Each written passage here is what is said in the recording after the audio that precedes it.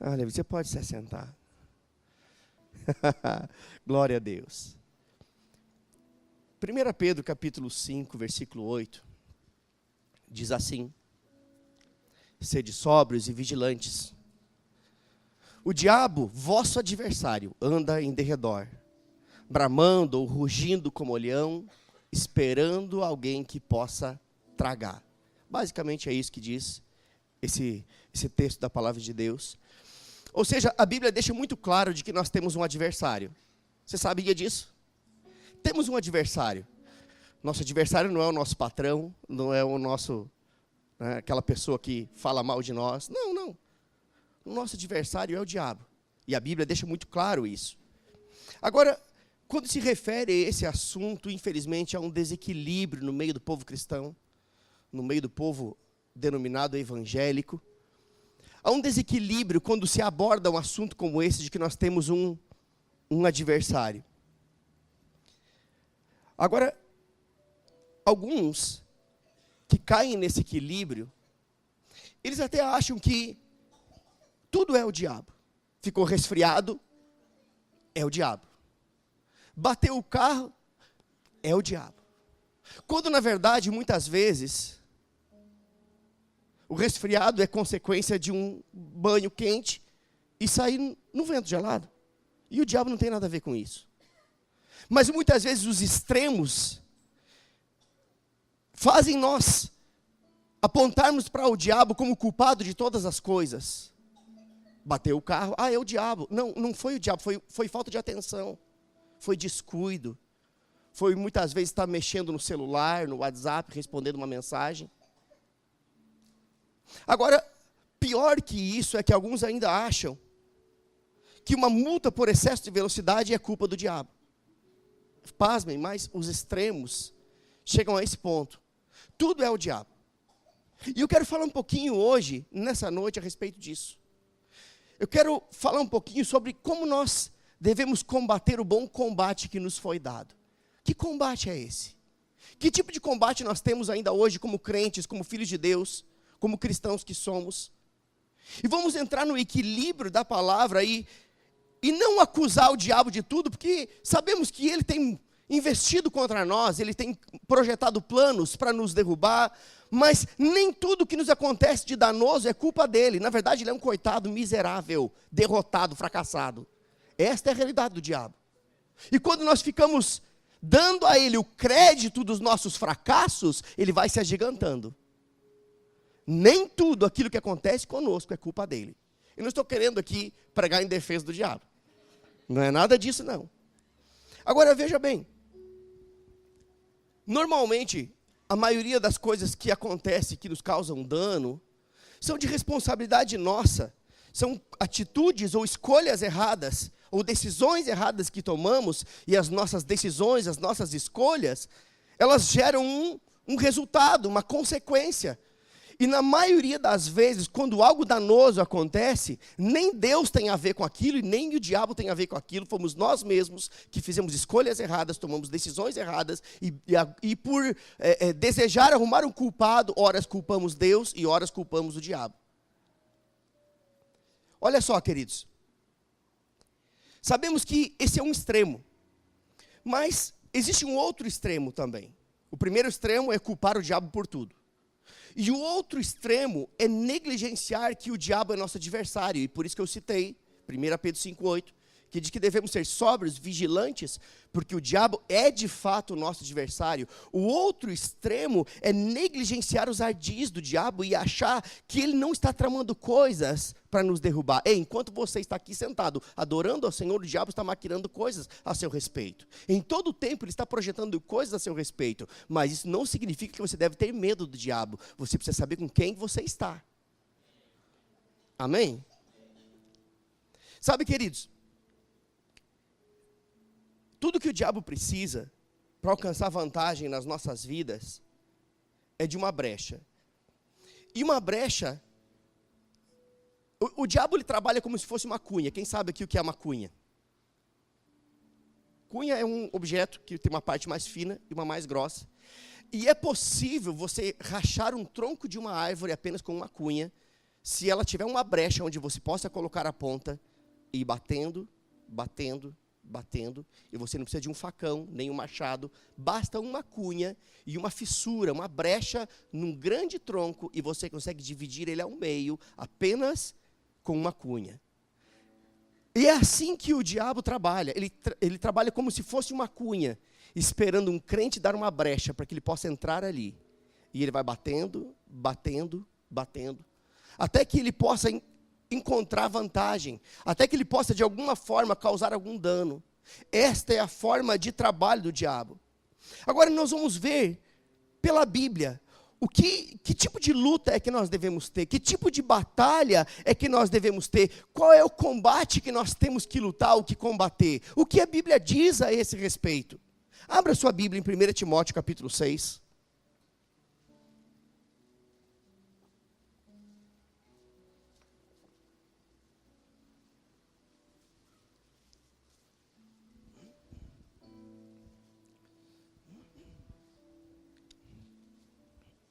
Primeira Timóteo capítulo 6, versículo 12.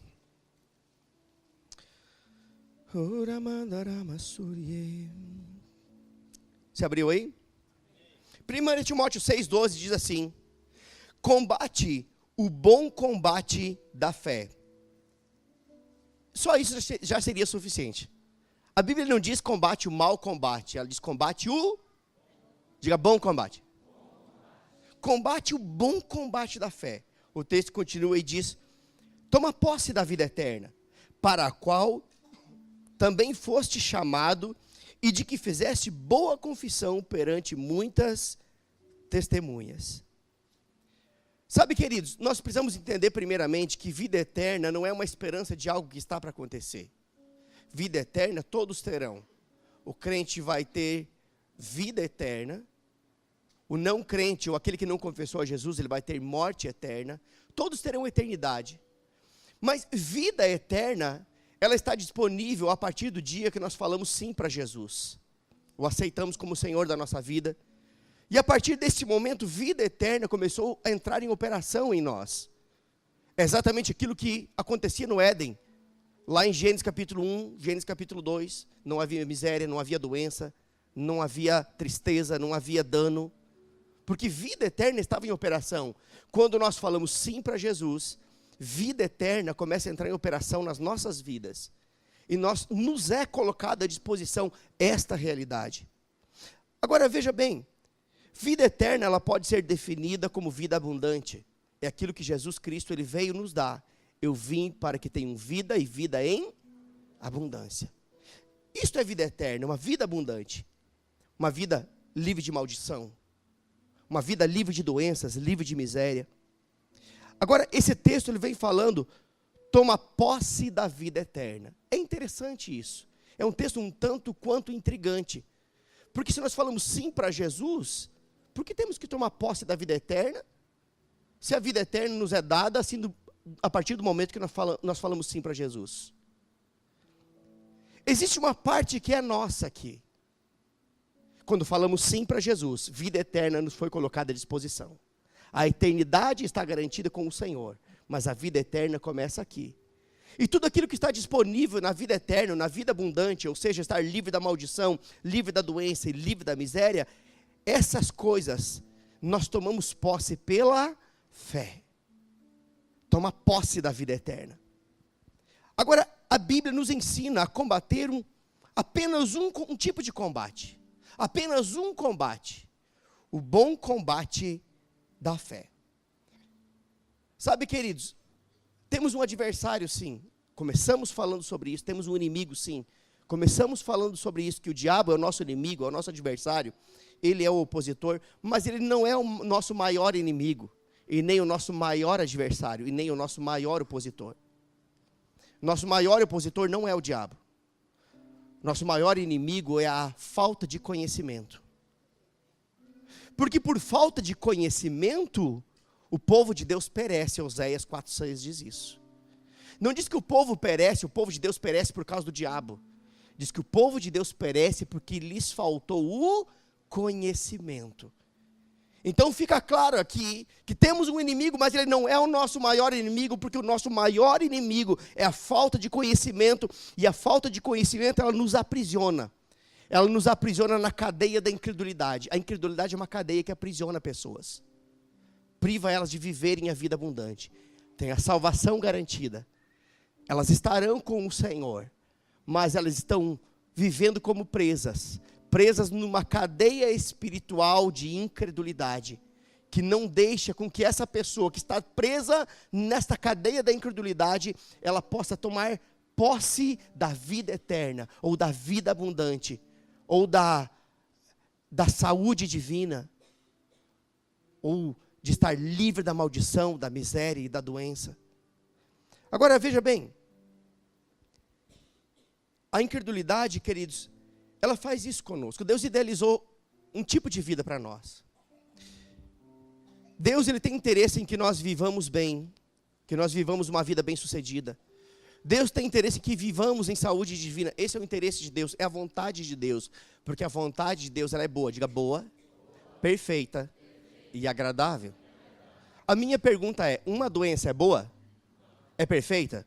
É agradável? Então não se encaixa dentro da vontade de Deus. Porque a vontade de Deus, ela é boa, ela é agradável e ela é perfeita. Deus idealizou um tipo de vida para nós. Mas a incredulidade, ela vai nos impedir de viver, ela vai nos privar de viver a vida que Deus idealizou. Mais do que isso, a incredulidade, ela nos impede de viver as promessas que Deus tem para nós. Quantos de vocês têm promessas de Deus aqui? Tem gente que não levantou a mão porque tem dúvida, mas eu quero dizer algo para você. Todos nós aqui temos promessas da parte de Deus. Ah, mas nunca um profeta me falou. Ei, você não precisa de profeta, você precisa de Bíblia, crente.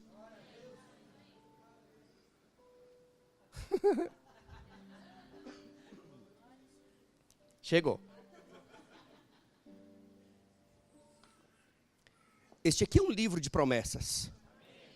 Seu pai deixou para você. É um testamento do seu pai. Quando você abrir, está cheio de promessa. Na verdade, queridos, nem é mais promessa, agora é herança.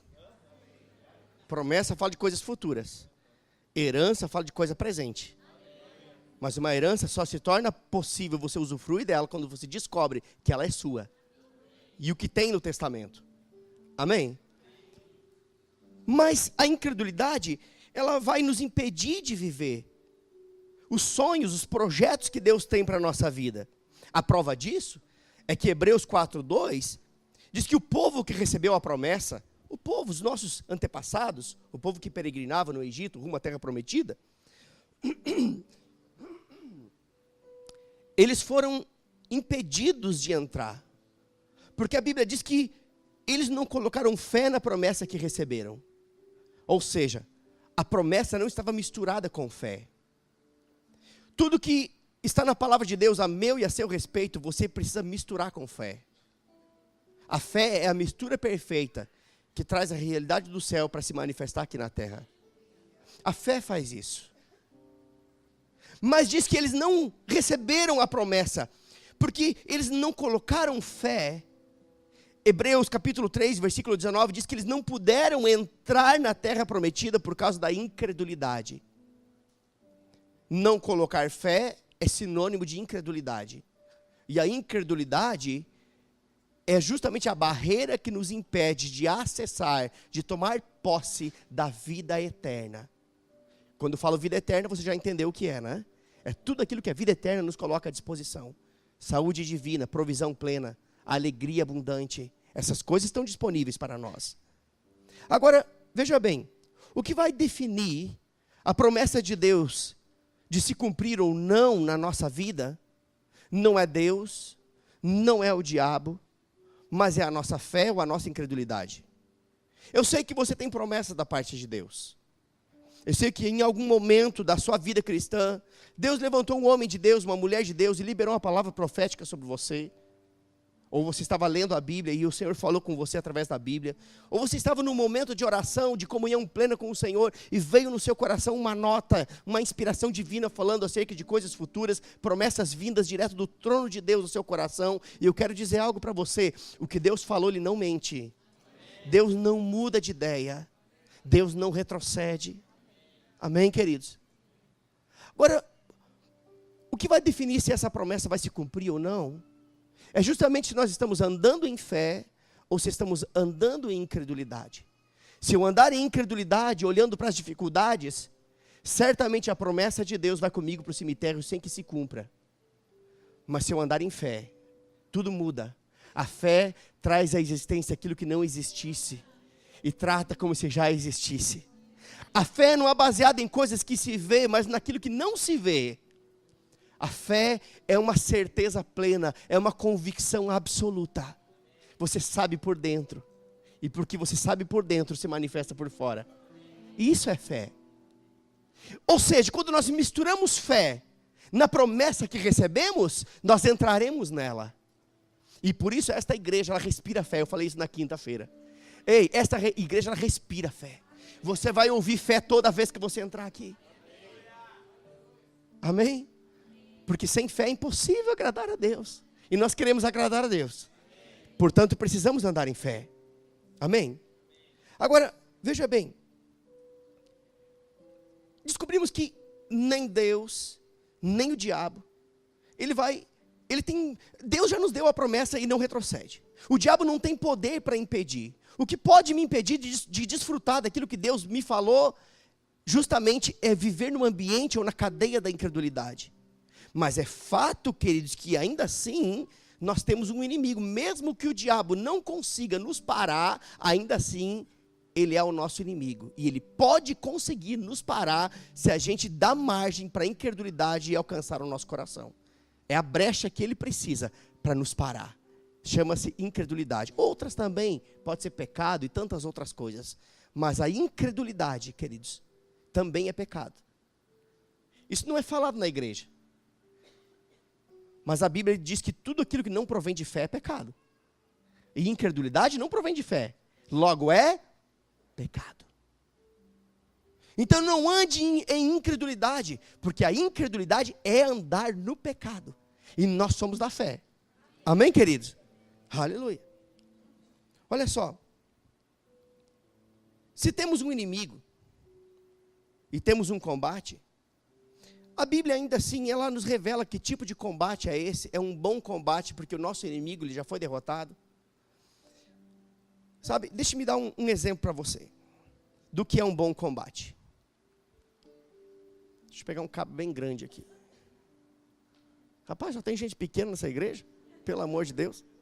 Ah, é você mesmo. Jonathan, vem cá. Você é um cabo grandão, não é? Corra para cá. Eu achei um bem pequeno agora. Mais pequeno que eu.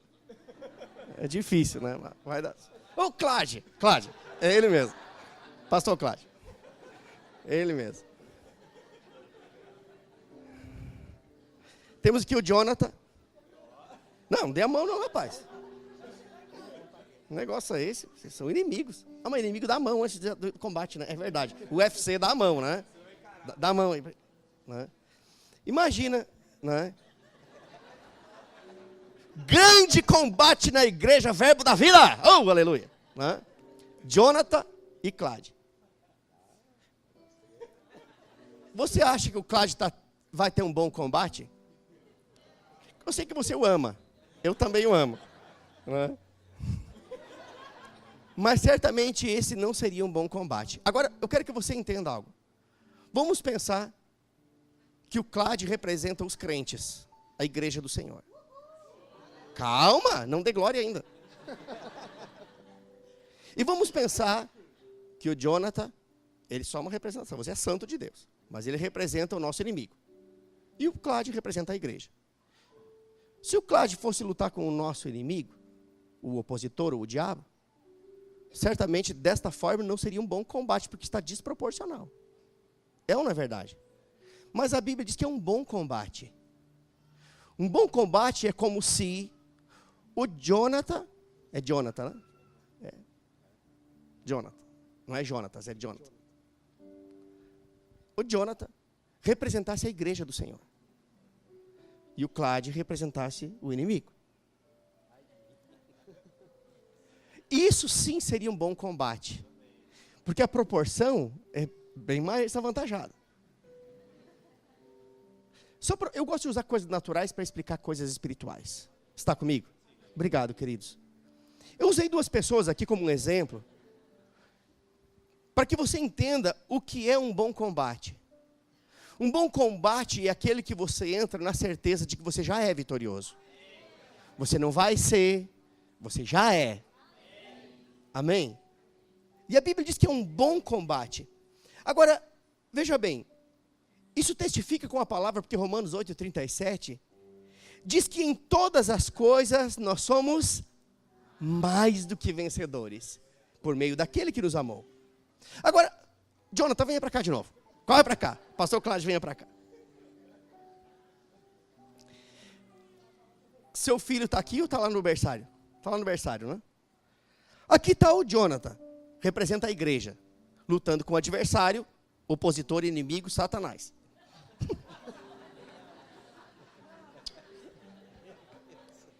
Aí, deu aquela luta, o UFC de Jeová, né? Jonathan foi derrotado, rapaz. Dá um glória. Aí o Jonathan ganhou o combate. Junto com o combate vem um cinturão. Cinturão de ouro e um checão, rapaz. Um cheque enorme. Eu não sei nem quanto que é esse negócio, mas isso aqui é muita grana que rola. Mas pensa comigo. A Bíblia diz que em todas as coisas nós somos mais do que vencedores. Aí o Jonathan venceu. Não é? Vamos pensar que é uma luta de UFC. Não é nem Satanás, nem a igreja. Uma luta de UFC. Ele ganhou a luta. Ganhou o cinturão de ouro. Ele ganhou um cheque milionário. Que esses cabras ganham bem. Não é? Mas ele saiu com uma orelha toda esfacelada. Porque deu umas mocadas nele. Nariz quebrado e tal. Mas ele ganhou. Aí ele foi para casa. Teve que ir lá consertar o nariz, consertar a orelha, tudo. Mas ele levou o cheque. E quando ele chega em casa, o filho dele está no sofá. Ele diz, meu filho, o pai ganhou a luta. Ei, pai, eu estava assistindo, eu vi. Você deu uma mocada nele, deu um nocaute e tal. Ganhou, meu pai, meu herói. Né? Mas ele está todo esfacelado. Com a orelha quebrada, o nariz machucado. Vai passar por uma restauração. Mas ele tem um cheque. E então, no sábado, ele pega o menino dele, com band-aid na orelha, no nariz, e vai para o shopping. O pai vai te dar um presente. Pode escolher o que você quiser. O pai está com um cheque aqui para gastar. Sabe o que isso significa? Mais do que vencedor, é aquele que recebe o benefício daquele que ganhou a luta. Ele não precisou fazer nada. Ele não precisou lutar. Ele não precisou levar nenhum rabo de arraia. Ele não foi machucado. Ele só usufrui do benefício. A Bíblia diz que eu e você somos mais do que vencedores. Jesus, ele foi ferido. Foi ferido. Ele foi até a morte. Mas a morte não pôde detê-lo. No terceiro dia ele ressuscitou. E junto com ele veio um cheque. Comprando povos de todas as tribos, raças e nações. E dando a eles o direito de usufruir do benefício da vitória dele. O que eu e você somos? Mais do que vencedores. Obrigado, queridos. Aleluia.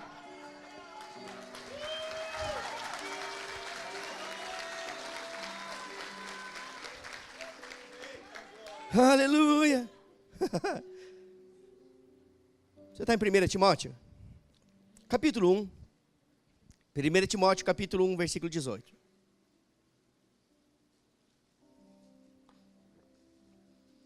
Eu sei que tem umas musiquinhas que diz que você não deve parar de lutar, mas eu vou te ensinar a forma certa agora. Amém? 1 Timóteo, capítulo 1, versículo 18 e 19, diz assim. Está comigo aí? 1 Timóteo 1, 18 e 19, diz assim. E este é o dever que te encarrego, ó filho Timóteo, que segundo as profecias de que antecipadamente foste objeto, combate firmado nelas o que, gente? Diga, bom combate. Bom combate é aquele que você entra na certeza de que você já é vitorioso. combate firmado nelas o bom combate, mantendo a fé e a boa consciência, porquanto alguns, tendo rejeitado a boa consciência, vieram a naufragar na fé. Que texto interessante é esse? Algumas coisas são de difícil interpretação, mas o Espírito Santo é aquele que traz a revelação, amém? E fui estudar um pouquinho o que é essa boa consciência. E a boa consciência aqui, porque aqui está dizendo que alguns, eles rejeitaram a boa consciência, e porque rejeitaram a boa consciência, eles vieram a naufragar na fé. Ou seja, está dizendo que a boa consciência anda lado a lado com a fé. Você está comigo? Aqueles que rejeitaram a boa consciência, naufragaram na fé. E aqui a boa consciência, ela se refere em saber diferenciar de onde procedem o bem e o mal. Boa consciência é você saber da onde vem o bem, da onde vem o mal, da onde procede o bem, da onde procede o mal. E essa boa consciência, queridos, ou seja, sem essa boa consciência, a nossa fé, ela perde o sentido. Se nós não tivermos uma boa consciência sabendo da onde procede o bem e da onde procede o mal, a nossa fé, ela se torna totalmente sem sentido. Eu vou dar um exemplo para você. É por falta dessa boa consciência que alguns acreditam que Deus usa coisas que nos causam dano para tratar conosco. Eu não sei quanto a você, mas eu já pensei assim. Ah, estou doente, Deus está tratando comigo. Quem já pensou assim? Não tenha vergonha. Eu já pensei assim. E a maioria aqui já pensou. Não me venha com esse negocinho. Ah, Deus está tratando comigo. A falta da boa consciência, ou rejeitar a boa consciência, ou não ter a boa consciência, vai fazer isso. Vai nos fazer acreditar que Deus usa coisas que nos causam dano para nos tratar. Mas eu quero dizer algo para você. Se Deus é o nosso problema, quem vai ser a nossa solução?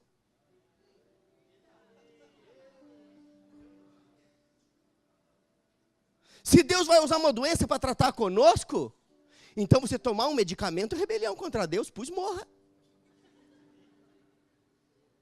Se Deus vai nos tratar com doença, ei, não vá para o médico não, porque ir para o médico é do diabo. Se Deus quer te tratar com doença, está comigo? Mas a falta da boa consciência, ou de discernir de onde procede o bem e de onde procede o mal, nos faz acreditar que Deus usa coisas ruins para tratar conosco, mas Deus não pode dar aquilo que não tem, porque a Bíblia diz que toda boa dádiva e todo dom perfeito vem do alto, do Pai das luzes, em quem não há mudança, não há dúvida, não há sombra de variação. Doença é uma boa dádiva? Então não vem de Deus, porque toda boa dádiva vem de Deus. Miséria é uma boa dádiva? Desemprego é uma boa dádiva? Não, não vem de Deus.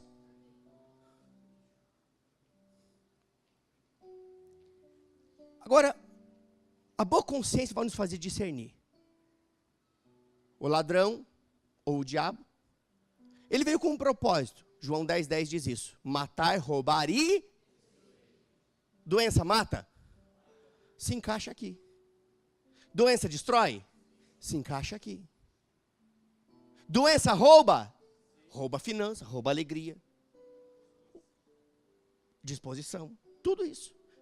O ladrão ou o diabo, ele veio para isso. Para matar, roubar e destruir. Tudo que mata, tudo que rouba, tudo que destrói, procede do diabo e não de Deus. Está comigo? Eu sei que eu estou matando umas vacas sagradas aqui. Se você quiser saber mais sobre isso, faça um remo. É de Deus.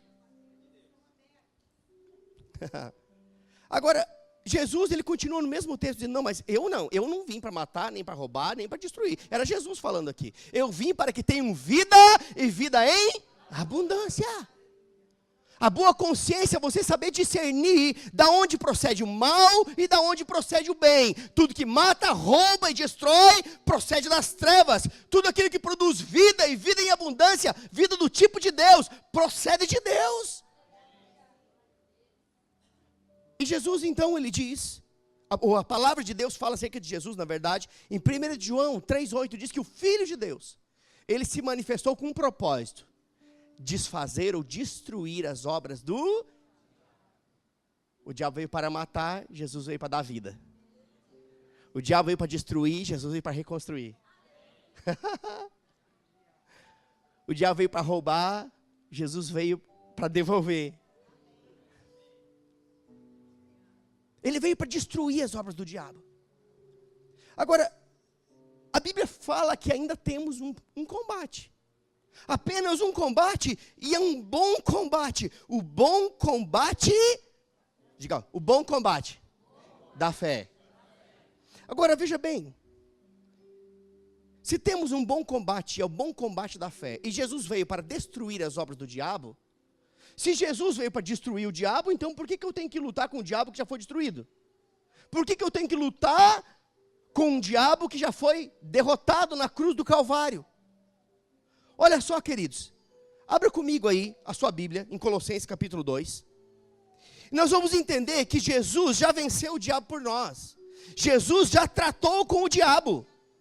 Colossenses capítulo 2, versículo 13.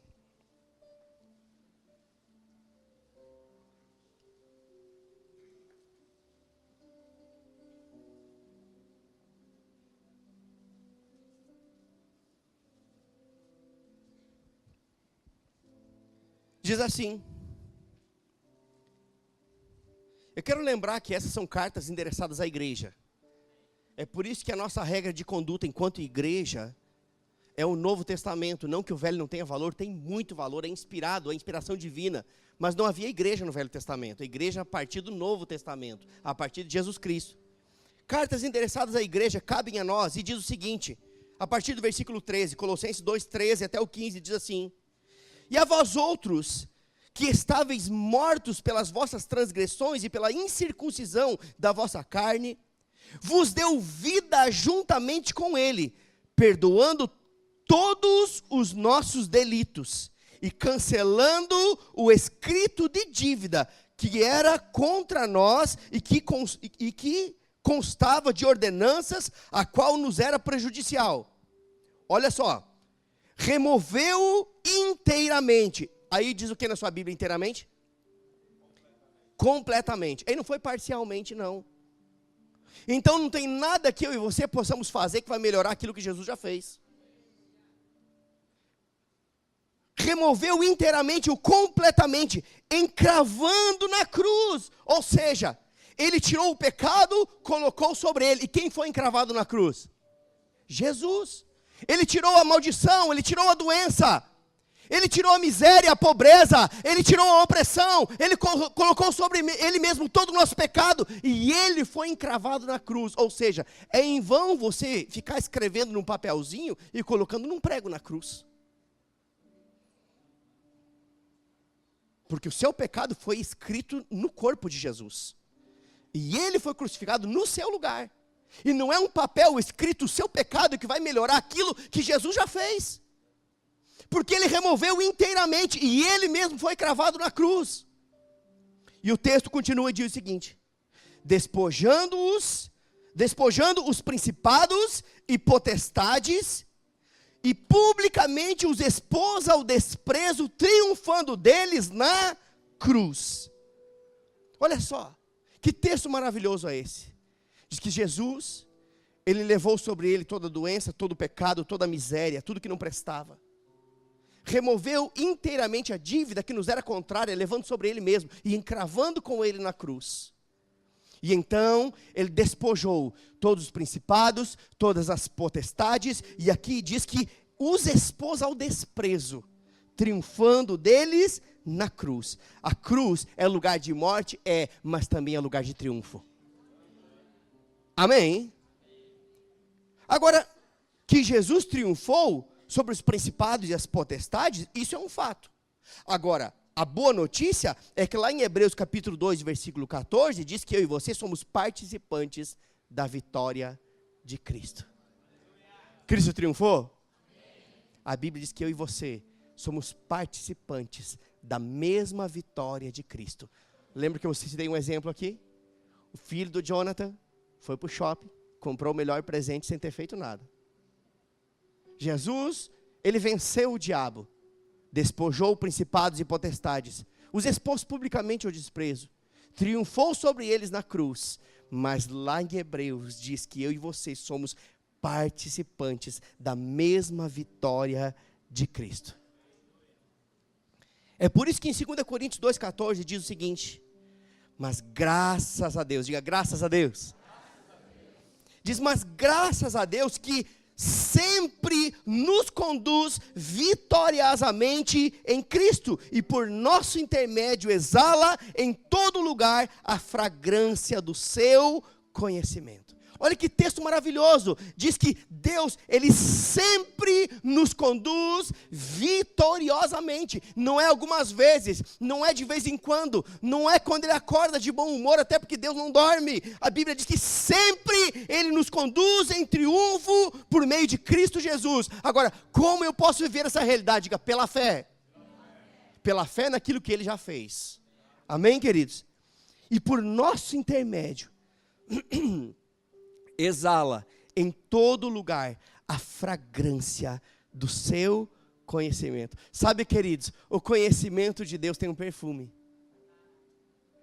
Não são poucos os casos, eu ouvi um ainda essa semana, de pessoas que são atraídas por aquilo que sai da nossa boca numa conversa informal. O que é isso que você está falando? Que negócio é? Eu nunca ouvi isso na minha vida. Eu tenho 10 anos de crente, 20 anos de crente, eu nunca ouvi isso. Meia dúzia de palavras inspiradas, cheias de conhecimento, exala perfume. E não é um mau perfume, é um bom perfume de Cristo.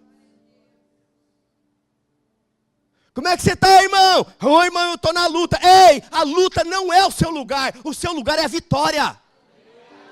Se você estiver em Cristo, você vai passar pelas lutas, mas você não vai montar um acampamento no meio da luta. Tem gente que montou a tenda. Está morando lá no meio, como é que tá? Meu irmão, está pesado, chega a andar curvado. O deserto não é o seu lugar, o campo de batalha não é o seu lugar.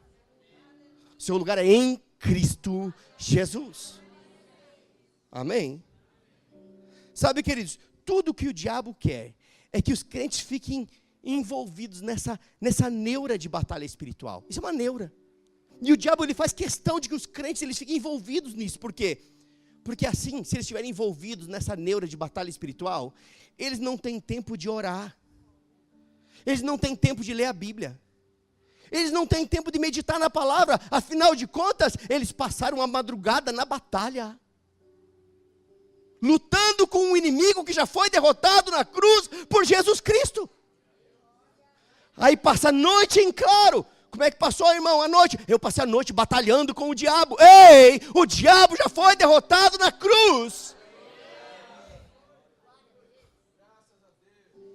E o diabo fica enredando os crentes ignorantes com essas sutilezas.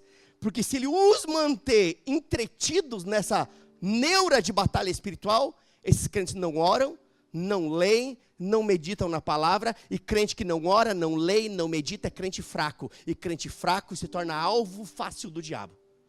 Se entendeu a lógica? Eu não estou falando de coisa que eu já não vivi. Fique tranquilo. Eu já vivi todinha essas crecas aí. Sabe, queridos, nós lemos aqui 1 Pedro capítulo 5, mas abra comigo aí de novo. Na verdade eu citei, você não abriu, né? 1 Pedro capítulo 5.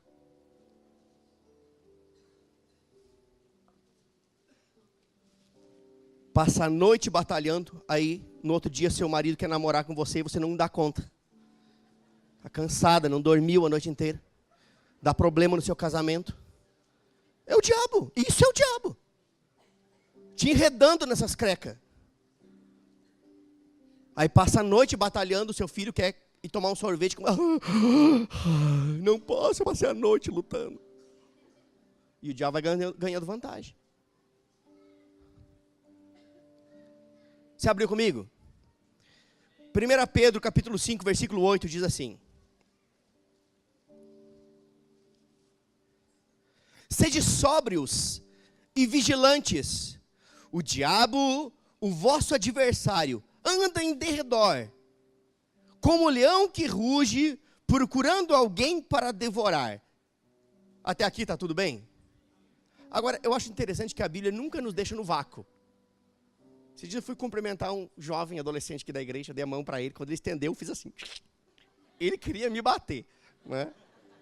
Deixei ele no vácuo. Mas a Bíblia não nos deixa no vácuo. Ela sempre traz as respostas. O texto continua, no versículo 9 diz, o versículo 8 diz que temos um adversário, ele anda em derredor, procurando alguém para derrubar ou devorar. Mas no verso 9 diz, resistir-lhe firmes na... Ei, a fé está envolvida em tudo aquilo que a Bíblia fala a nosso respeito. Tudo tem fé envolvida. Como que você vence o diabo? Resistindo ele firme na fé.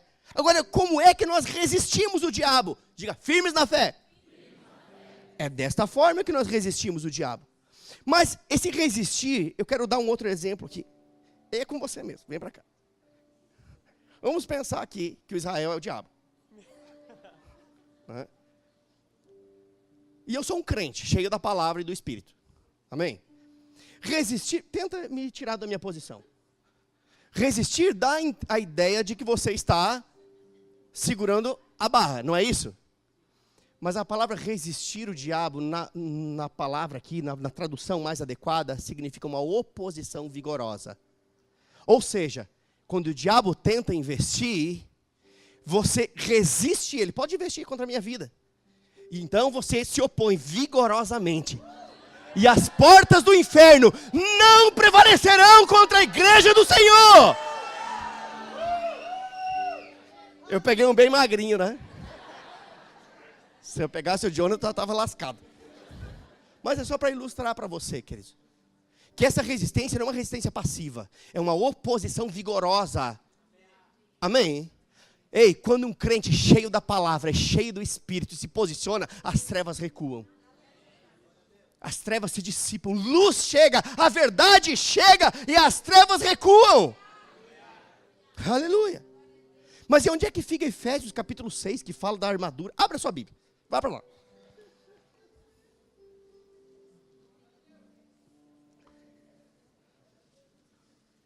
Efésios capítulo 6, a partir do versículo 10. Vamos ler o texto mais usado daqueles que são defensores da batalha espiritual. Não vou citar os nomes para não ser antiético. Essa palavra ela vai estar na internet, então não podemos cair também nessa falta de ética, né? Mas a maioria dos defensores da batalha espiritual, eles usam esse texto para defender sua tese. Efésios capítulo 6, versículo 10, diz o seguinte, vamos ler até o 20. Diz assim, finalmente, irmão. Ei, quando diz finalmente, é porque ele começou dando várias instruções. Ele está concluindo um assunto. Está comigo? Ele deu várias instruções, e então, olha, para concluir, ele está dizendo, para concluir, eu vou dizer isso para vocês. Está comigo? Então diz assim, finalmente, fortalecei-vos no Senhor e na força do seu poder, revesti-vos de toda a armadura de Deus, para poderes permanecer, diga firmes. Lembra que eu citei um exemplo aqui? Que nós resistimos firmes? Você está ouvindo a mesma palavra aqui, oposição vigorosa. Diz o seguinte, para poderes permanecer firmes contra as ciladas do diabo. Pois não é contra carne e sangue que temos que lutar, mas sim contra os principados, contra as potestades, contra os príncipes do mundo das trevas, contra as hostes espirituais da iniquidade ou da maldade nas regiões celestiais. Portanto, tomai toda a armadura de Deus, para que possais resistir no dia mau, e havendo feito tudo permanecer... Permanecer o quê? Na minha versão diz firmes, que é a mesma situação. Ei, esse negócio de crente gangorra, um dia está lá em cima, um dia está lá embaixo, é porque não conhece a palavra, não vive a palavra, porque quem conhece a palavra, ele permanece inabalável. Eu creio que a maioria de vocês sabe que meu padrasto morreu na quinta-feira. Sexta-feira fomos lá, eu cheguei na igreja, o povo já chega cheio de dedo para mim. Pastor, como é que você está? Rapaz, eu estou bem. Eu estou inabalável que nem uma rocha. Eu tenho o Espírito Santo dentro de mim. Eu sei em quem tenho crido. Amém? Eu tenho o conselheiro habitando em mim. Está tudo bem. Havendo feito tudo, permanecer inabaláveis ou firmes. Verso 14 diz, estai, pois, firmes. Olha quantas vezes fala de permanecer firmes aqui. Como é que nós vencemos o diabo? Resistindo firme na fé. Verso 14 diz, estai, pois, firmes, tendo cingido os vossos lombos com a verdade, e vestida a couraça da justiça, e calçando os pés com a preparação do evangelho da paz, e tomando sobretudo o escudo da fé, com o qual podeis apagar todos os dardos inflamados do maligno. Tomai também o capacete da salvação, e a espada do Espírito, que é a palavra de Deus, com toda oração e súplica, orando em todo o tempo no Espírito, para o mesmo fim, vigiando com toda perseverança e súplica por todos os santos, e por mim, olha Paulo pedindo oração por ele, e por mim, para que me seja dada a palavra no abrir da minha boca, para com intrepidez fazer conhecido o mistério do evangelho, pelo qual sou embaixador em cadeias, para que nele eu tenha coragem para falar como devo falar. Rapaz, que texto poderoso é esse? Agora, aqui não está falando de um ritual. Está falando de aceitar a verdade da palavra e praticar a verdade da palavra. Eu não sei quanto a você, mas eu já fiz isso. Em momentos de oração na igreja, eu coloco agora o capacete da salvação. Eu fazia gesto. Agora eu vou colocar o cinturão da verdade, a couraça da justiça. E não era só eu, tinha um tanto do meu lado fazendo a mesma coisa. Eu vou calçar as sandálias da preparação do evangelho. Agora eu estou protegido contra toda retaliação.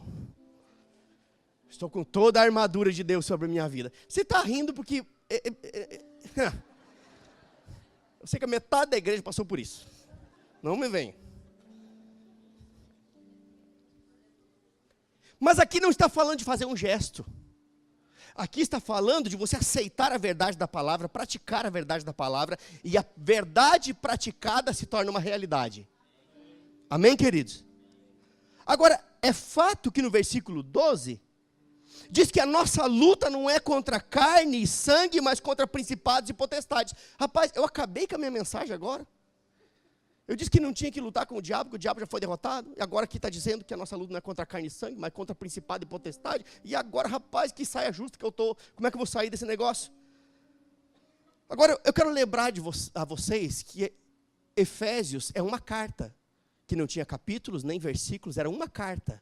E é por isso que ele termina Efésios 6, dizendo, finalmente, ele está concluindo um assunto. Mas lá no comecinho de Efésios, capítulo 1, verso 21 e 22, falando de Jesus Cristo, de que Jesus está acima de todo principado, toda potestade, toda a hoste espiritual da maldade. Ele subjugou todas as coisas, toda a autoridade foi subjugada aos pés da igreja. Efésios capítulo 2, a sequência da mesma carta, diz que nós fomos ressuscitados juntamente com Cristo, e estamos assentados com Cristo nas regiões celestiais, acima de todo principado, potestade e hoste espiritual da maldade. Esta é a sua posição. Amém?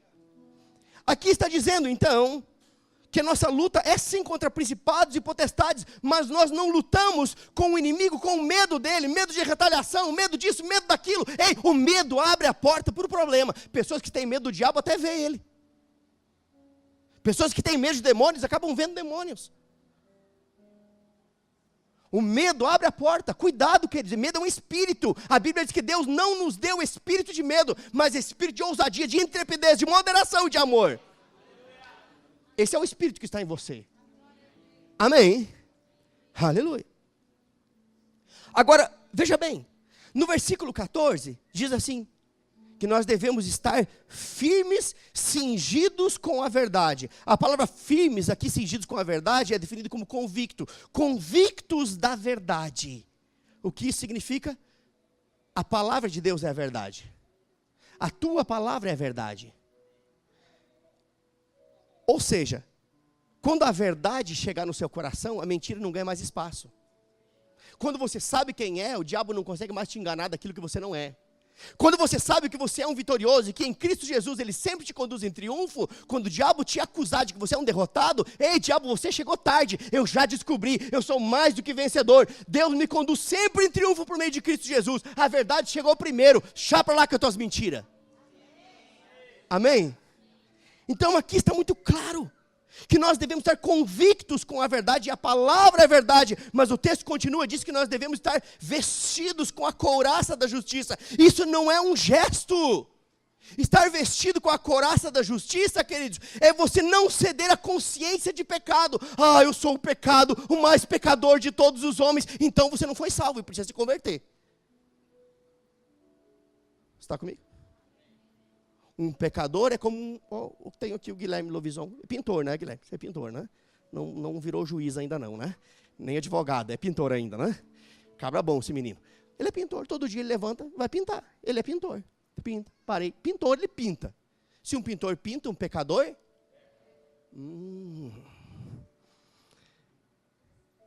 Você entendeu? Você entendeu o que eu quis dizer com isso? Quando você diz que você é um pecador, você está dizendo que você está assim todos os dias com o intuito de cometer pecados, desejando fazer isso. Mas a Bíblia diz que aquele que não conheceu o pecado, Deus o fez pecado em nosso lugar, para que nele fôssemos feitos justiça de Deus. Deus te fez justo por meio do sangue de Jesus Cristo. E quando você se chama de pecador, você está dizendo que Jesus não fez o que tinha que fazer da forma apropriada. Quer saber mais sobre isso? Faça um rema. Romanos 8:1 diz que aquele que tem a consciência de justiça, ele não é mais acusado, ele não aceita mais acusação, porque, portanto, agora nenhuma condenação há para aqueles que estão em Cristo Jesus. Estar vestido com a couraça da justiça é você entender que você não é mais um pecador lutando para ser santo. Você é um santo lutando contra o pecado.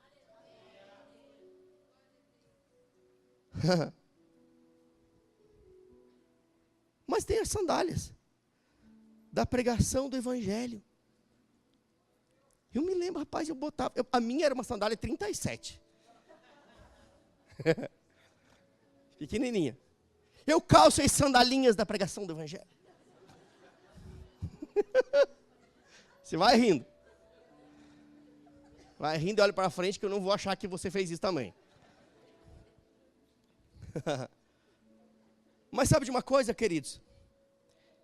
Calçar as sandálias da pregação do evangelho é você pregar o evangelho. A Bíblia diz: prega em tempo e fora de tempo. Como crerão se não há quem pregue? Ah, mas eu não tenho oportunidade. Ei, a rua está cheia de oportunidade. O ponto de ônibus, a praça, está cheio. Amém? Aleluia. Verso 16 diz que devemos tomar sobretudo quer dizer acima de tudo, o escudo diga escudo da fé. Mais uma vez nós vemos aqui a fé envolvida.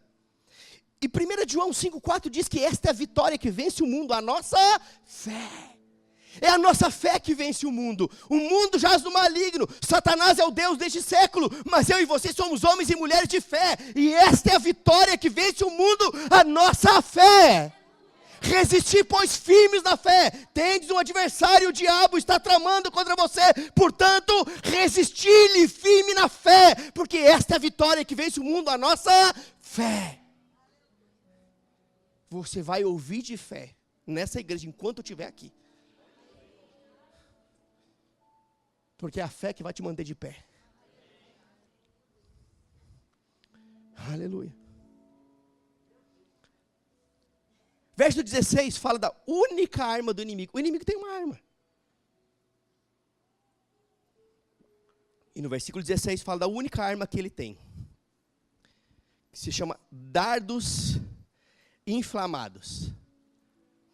Que nada mais são do que mentiras, sugestões lançadas na nossa mente. Dardos são setas, sugestões mentirosas do diabo, que uma vez aceita, se tornam verdade na vida daquele que aceitou. Você é um derrotado. Oh, diabo, só você que me entende. Eu sabia que eu era. Aquele pastor fica dizendo que eu não sou, mas eu sabia que eu era. Só você que me entende. Eu vou ficar do seu lado.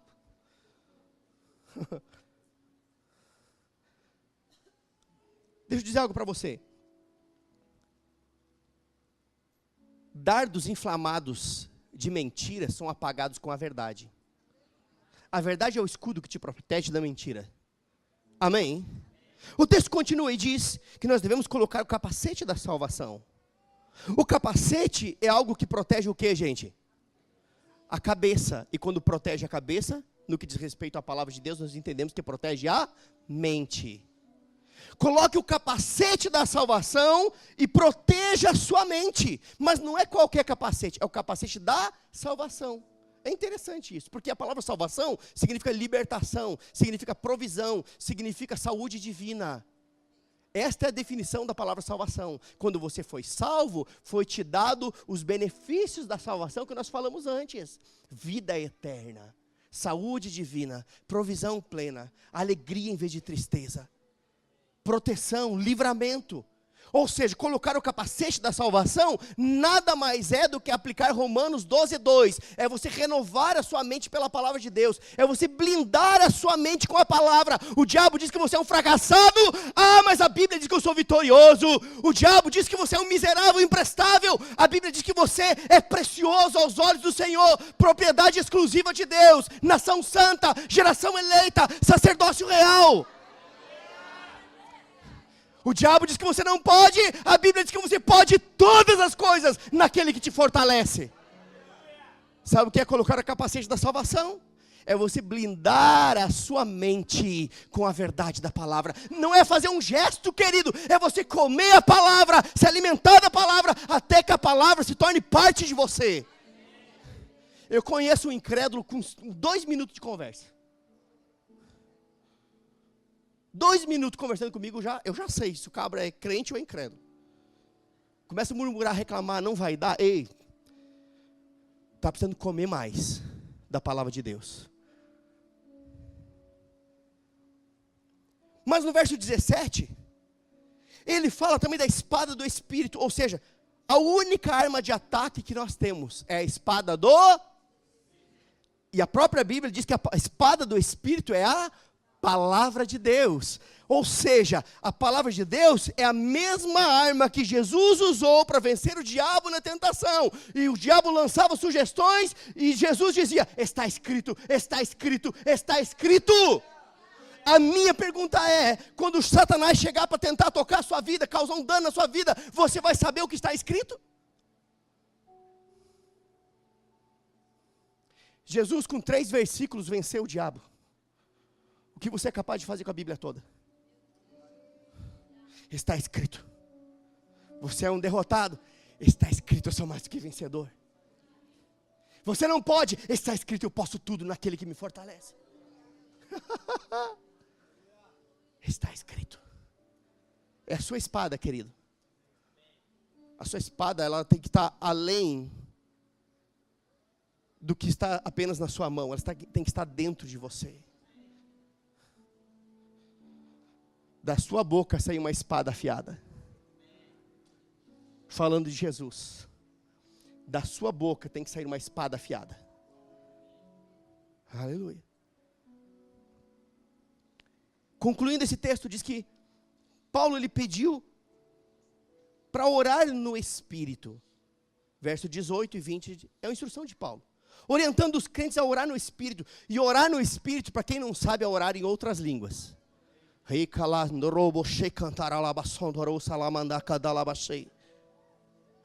Como assim? Ele pode fazer isso quando quer? Sim, foi dado, é seu. E Judas 20 diz que você edifica sua fé orando no Espírito. Você não edifica sua fé murmurando. Você não edifica a sua fé questionando. Você não edifica a sua fé criticando. Você edifica a sua fé orando no Espírito. Quando você ora no Espírito, você está carregando as suas baterias espirituais. E quando você precisar de fé, você não vai ouvir aquele pim, pim, pim, tum, acabou a bateria. Você está carregado. Amém? Judas diz, esse Judas não é o traidor, é o irmão de Jesus. Diz isso. Edificando-vos a vós mesmos, orando no Espírito Santo. Construindo por dentro, uma estrutura espiritual. Agora, é interessante que Paulo ele não pediu para os irmãos da igreja de Éfeso lutar contra os demônios. Em momento algum, nós vemos Paulo orientando os irmãos a brigar ou lutar ou pelejar contra os demônios. Mas ele pede para orar, para que as portas da pregação se abrissem. Sabe o que significa? Enquanto tem muito crente perdendo tempo, lutando com o inimigo que já foi derrotado, tem milhares de pessoas indo para o inferno porque não ouviram o evangelho ainda. Não, mas eu estou lutando contra o diabo. Para de lutar e vai pregar. Porque a sua luta já foi vencida por Jesus. A artimanha do diabo mantém os crentes enredados nesses sofismas. Sabe, queridos, eu quero dizer algo para você. Enquanto você ficar parado lutando com o diabo, você só vai gastar as suas energias. Mas quando você se dispor a pregar o evangelho, pode deixar que as suas causas, o Senhor cuida delas para você.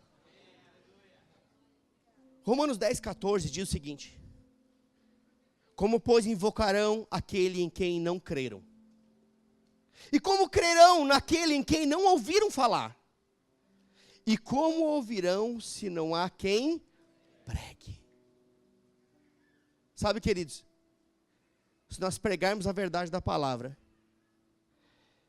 eles conhecerão a verdade da palavra, e esta verdade os libertará. É interessante que nos cultos de libertação, quem já foi no culto de libertação aqui? Eu já fui. Põe demônio de joelho, não é o demônio, é a pessoa, né? Entrevista, tem repórter de demônio. Rapaz, dá para trabalhar na Globo, que está bem na mesma laia. Entrevista. De onde você é? Para que você veio? Para onde você vai? É um repórter mineiro. E o demônio mineiro diz: não sei onde eu estou, para onde eu vou.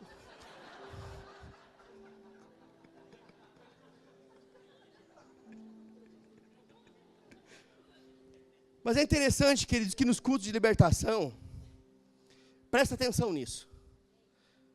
A maioria dos casos de pessoas que têm algum tipo de manifestação com aparência de endemoniamento não é demônio. É apenas uma sugestão na mente.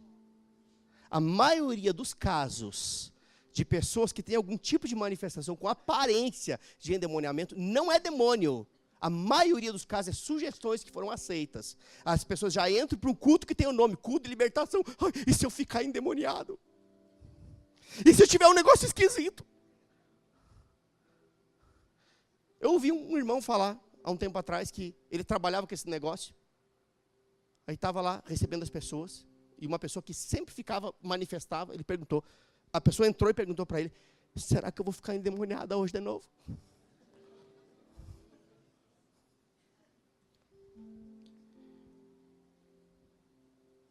Isso explica o motivo de normalmente serem as mesmas pessoas que têm algum tipo de manifestação.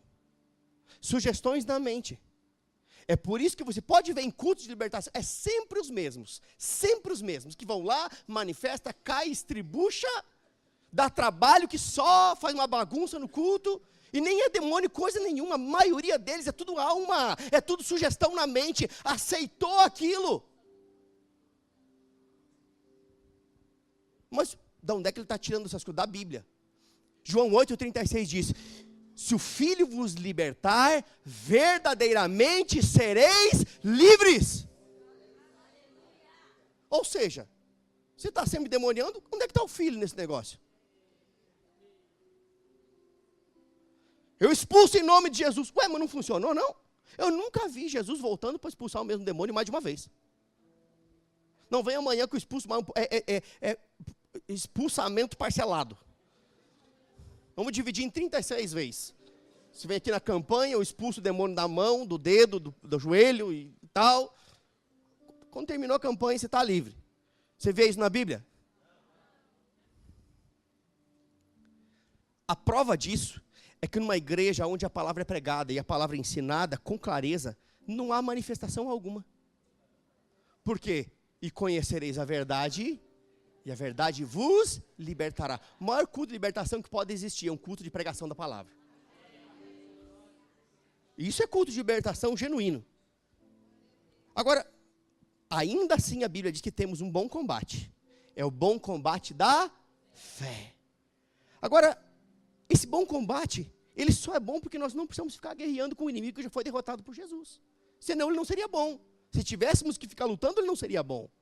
Agora, veja bem, ele é um bom combate, por quê? Porque precisamos apenas permanecer firmes naquilo que Jesus já fez por nós. Tudo que precisamos fazer, ficar firmes naquilo que Jesus já fez. E nesse bom combate, queridos, a nossa fé, ela não está baseada em possibilidades futuras.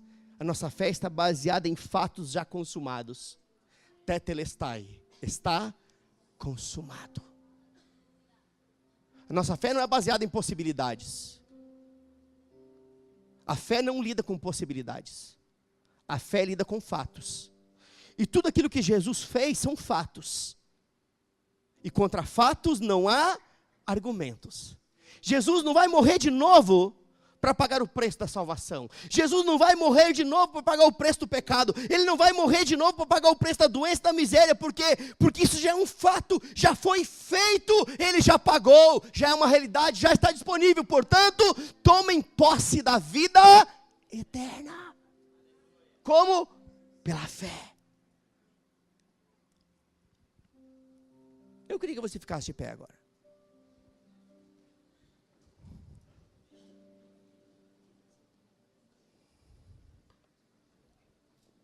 Pessoal da música, se quiser subir, pode subir. Aleluia. Eu sei que o caldo foi meio grosso nessa noite, mas meu desejo é que você crie dentes. Sabe, queridos, existe um momento na nossa vida que as papinhas já não nos sustentam mais. Eu falei isso na aula do Rema, na última. Chega um tempo que as papinhas não nos sustentam mais. E tem crente querendo viver de papinha. Querendo viver de leitinho na mamadeira. E se você está aqui nessa igreja, é porque você tem desejo de conhecer mais de Deus. Então comece a criar dente. Porque o caldo aqui é mais grosso. Amém? Sabe, queridos, quando nós aceitamos a Cristo como o Senhor da nossa vida, a Bíblia diz que juntamente com Cristo tudo nos foi dado. Que diremos, pois, diante dessas coisas? Se Deus é por nós, quem será contra nós? Mas no versículo 32 diz, aquele que nem mesmo seu próprio filho poupou, antes o entregou por amor. Ele entregou por amor, não foi por campanha, não foi por negociata. Ele entregou por amor. E o amor dá voluntariamente. Ele nos amou tanto que deu. Aquele que não poupou nem mesmo seu único filho, antes o entregou por amor de nós, como não nos dará juntamente com ele todas as coisas? Sabe, queridos, aqui está o segredo de uma vida cristã bem-sucedida. Diga, juntamente com ele. Quem tem Cristo aqui? Amém. Juntamente com Ele, você já tem todas as coisas. A religião te ensina a buscar as coisas. O Evangelho te ensina a buscar a Deus, que já te deu todas as coisas, por meio de Cristo Jesus. Agora, não existe como receber as bênçãos de Deus, a não ser por meio de Jesus Cristo. Todos os textos que nós lemos aqui, fala por Ele, por meio dEle, juntamente com Ele. Tudo aquilo que nós podemos usufruir como bênçãos e dádivas de Deus, necessariamente precisam passar por Jesus Cristo. Porque é dEle, por Ele e para Ele, é por meio dEle, juntamente com Ele. Amém? O que isso significa? Que se você quer ter vitória sobre as oposições, primeiro você precisa aceitar como Senhor da sua vida aquele que já obteve a vitória para te dar de presente ela. Se você quer ter êxito na área financeira da sua vida, você vai ter que aceitar aquele que juntamente com a morte que foi vencida, a Bíblia diz que ele se fez pobre para que por meio da sua pobreza nós fôssemos supridos. É somente por meio de Jesus Cristo. Não existe outra oportunidade de você ter uma vida bem-sucedida. Eu quero que você olhe para mim aqui o que eu vou dizer. A maioria das pessoas busca por uma resposta.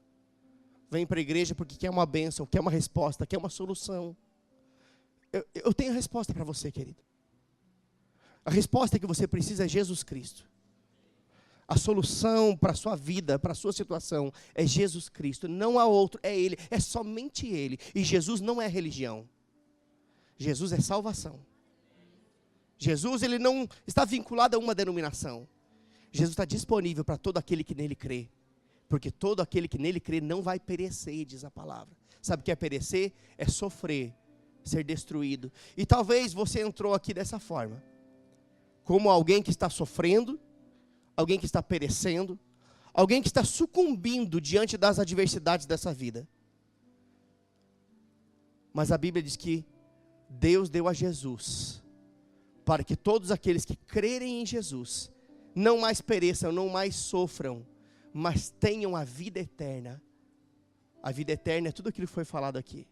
A bênção que nos prospera, a bênção que nos faz andar em saúde divina, a bênção que nos faz andar em alegria, a bênção que nos faz viver em uma paz que excede todo o entendimento. É a bênção de Deus, ela necessariamente precisa passar pela pessoa de Jesus Cristo. Eu queria que você fechasse seus olhos, eu quero orar com você nesse momento.